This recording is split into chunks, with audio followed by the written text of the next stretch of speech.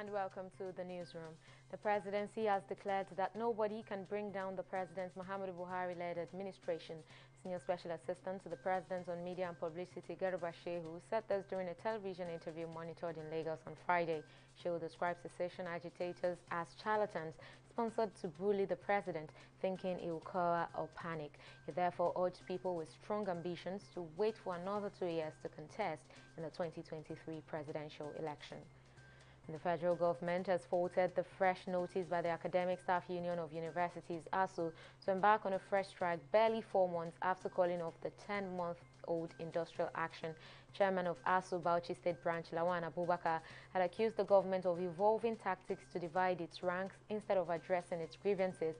But in response, the Minister of State for Education, Chukwuemeka Nwajiba, noted that while ASU was free to canvass its position from time to time concerning work-related issues, the union has no justifiable ground for another strike at this time. About 126 persons in 14 states have been sentenced to various jail terms for offences bordering on drug trafficking between January and February 2021. The spokesperson for the National Drug Law Enforcement Agency, NDLEA, Femi Babafemi, disclosed this in a statement. A breakdown of conviction records across some other states in February shows that 18 persons were sent to jail in Kano, 5 each in Imo and Abia, and 4 in Gombe State. The Nigeria Center for Disease Control (NCDC) says Nigeria recorded 97 new cases of COVID-19 in the last 24 hours, bringing the total number of infections in the country to 162,275.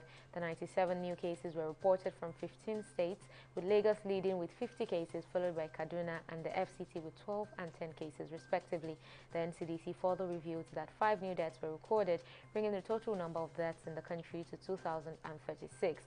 According to the NCDC, a total of 149,822 persons have recovered and have been discharged from isolation centers across the country. And the National Assembly will pass the Petroleum Industry Bill (PIB), which is currently before it, by April 2021. Minister of State for Petroleum Resources, Temepere Silva, disclosed this on Thursday at the weekly presidential ministerial media briefing at the State House in Abuja. According to Silva, the bill would not suffer a setback, going by all indications from the leadership of the National Assembly. The minister noted that if the nation must diversify from petroleum, it must go in the direction of gas.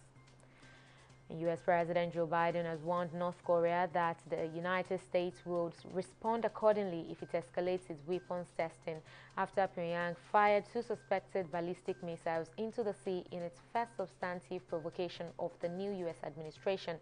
The nuclear-armed North has a long history of using weapons tests to ramp up tensions in a carefully calibrated process to try to forward its objectives.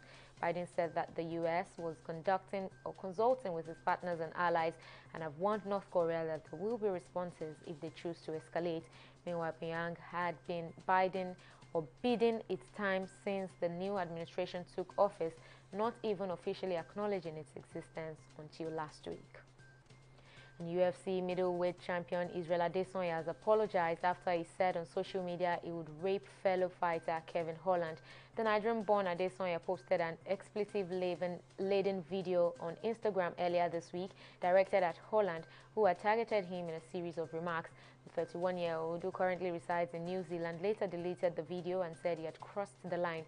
Adesanya's apology came after Grant Robertson, that's New Zealand's Deputy Prime Minister and the Minister of Sport and Recreation, condemned his comment.